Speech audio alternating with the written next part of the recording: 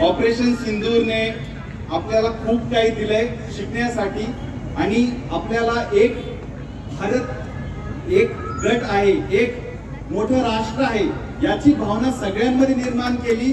त्याबद्दल मी खूप खुश आहे।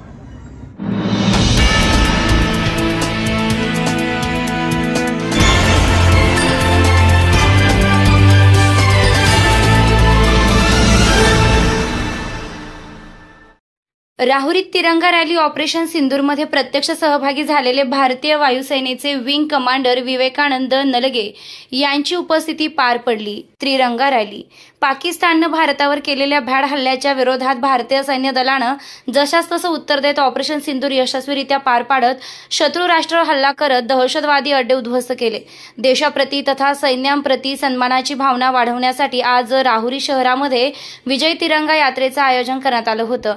या यात्रेत ऑपरेशन सिंदूरमध्ये प्रत्यक्ष सहभागी झालेले भारतीय वायुसेनेचे योद्धा विंग कमांडर राहुरी तालुक्यातील चिंचोलीचे भूमिपुत्र विवेकानंद अनिल नलगे हे सहभागी झाले होते। यावेळी विंग कमांडर विवेकानंद नलगे यांनी ऑपरेशन सिंदूरमधील नवीन तरुणांना शौर्य क्षणांची माहिती देत तरुणांना भारतीय सैन्य दलात येण्याचं आवाहन केलं। या प्रसंगी राहुरी तालुक्याचे आमदार शिवाजीराव कर्डिले तसेच राहुरी तालुक्यातील सर्व सेवानिवृत्त मेजर व नागरिक उपस्थित होते। आमदार शिवाजीराव कर्डिले यांच्या वतीने विंग कमांडर विवेकानंद नलगे तसेच उपस्थित तालुक्यातील सर्व सेवानिवृत्त सैनिकांचा सन्मान केला। यावेळी प्रसंगी आरडगाव येथील तक्षज्ञ महाविद्यालयाच्या वतीने ऑपरेशन सिंदूरपर नाट्याचं सादरीकरण केलं तर कर्मवीर अकॅडमीचे विद्यार्थिनींनी देशभक्तीपर नृत्य सादरीकरण करून उपस्थितांची मने जिंकली आहे। प्रसंगी या तिरंगा रॅलीत नागरिक मोठ्या संख्येने सहभागी झाले होते। SRB न्यूजसाठी राजेंद्र उंडे, राहुरी।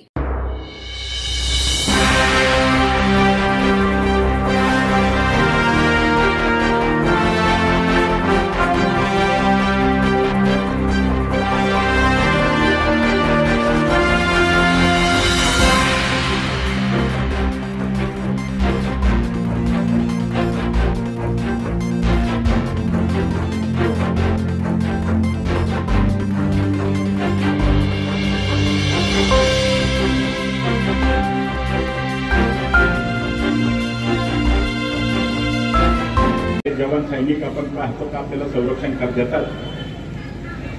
तिन्हीमध्ये मात्र त्या वेळेला कुठल्या प्रकारचं कधी त्यांनी स्वतः पाहिलं नाही। पाऊस येतो का, ऊन येतं का, वारं येतो का, स्वतःला अन्न मिळतं का नाही। याच्यापेक्षा आपल्याला माहिती आहे का आपण आता इतकं ऑपरेशन सुरू केलं पाहिजे।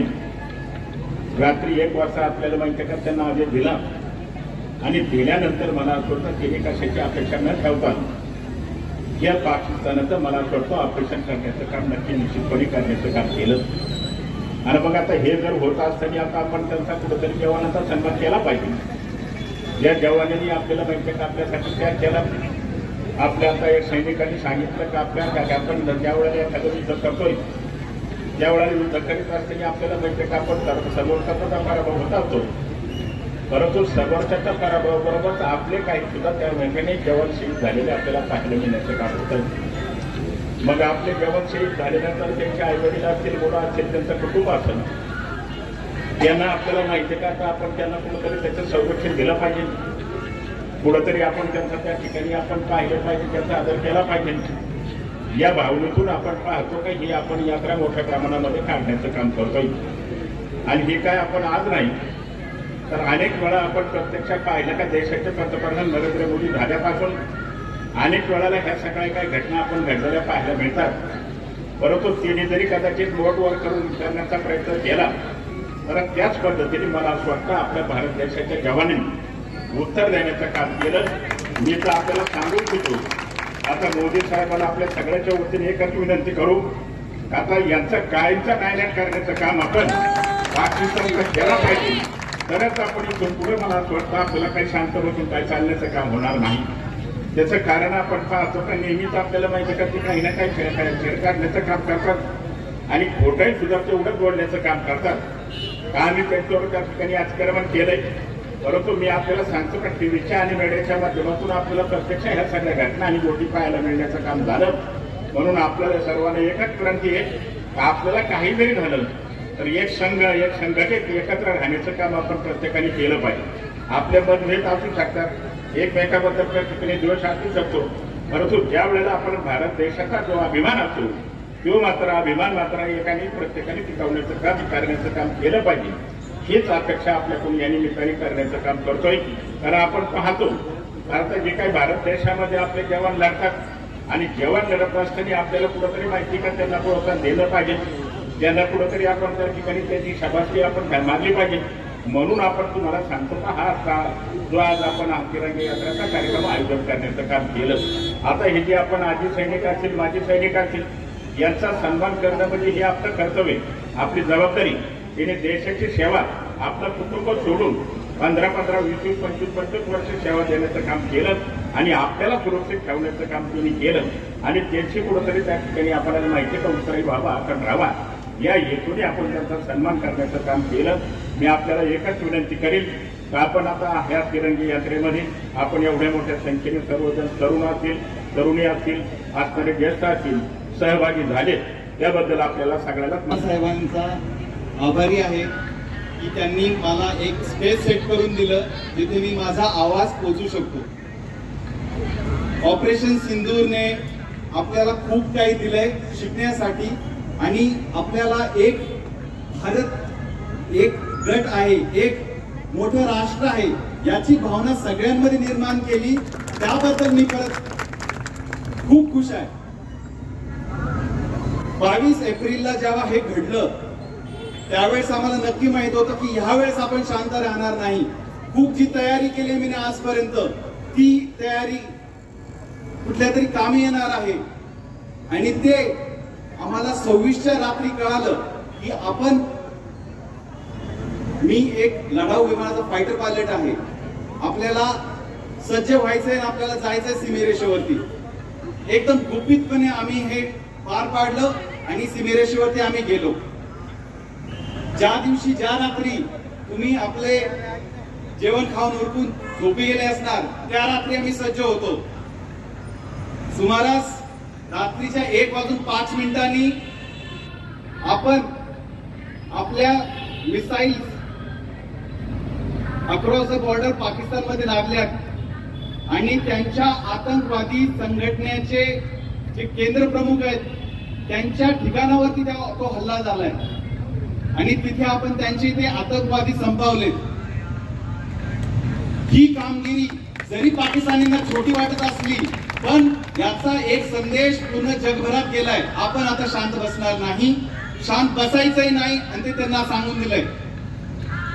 त्यामुळे झालं काय, जगभरामध्ये आपण एक शांतता प्रिय राष्ट्र आहे पण जर आपल्यावरती कोणी बोट उठवलं तर आपण त्याचं उत्तर दिल्याशिवाय राहणार नाही हे सांगितलं. त्यानंतर सुद्धा आपण सांगितलं की आम्ही फक्त आतंकवाद्यांवर हल्ला केलाय, गोळीबार जनतेवर नाही, तुमच्या मिलिटरीवर सुद्धा नाही. तरी त्या शत्रू राष्ट्राने आपल्याला परतवार केला. तो परतवार आपण परत उलटावून लावला आणि मग आपण त्याच्या त्या परतवाराचं चोख उत्तर दिलंय. ते आपण मीडियावरती टीव्हीवरती पाहिलंच असणार. त्याच्या व्यतिरिक्त भरपूर काही झालंय पण प्रोटोकॉलच्या हिशोबाने मी ते सांगत नाहीये. पण भारतीय असल्याचा खूप सर्वांना गर्व व्हावा मी माझ्याकडून सुद्धा आवाहन करतो. महाराष्ट्र ही संतांची भूमी आहे आणि शूरवीरांची पण भूमी आहे. हा वारसा घेऊन मी लढायला गेलो. मला माहित होतं की माझ्या मागे ही सर्व जनता आहे, या सर्व जनतेचा आशीर्वाद आहे, प्रेम आहे. ते जनतेचा आशीर्वाद आणि प्रेम, आई वडिलांची पुण्याई ज्या मातीत मी वाढलो त्याची मला जाणीव आहे आणि अशा ह्या पार्श्वभूमी असल्यामुळे मला पुढची कामगिरी करण्यास काहीही रोखत नव्हतं आणि ती कामगिरी आम्ही चोखपणे केली.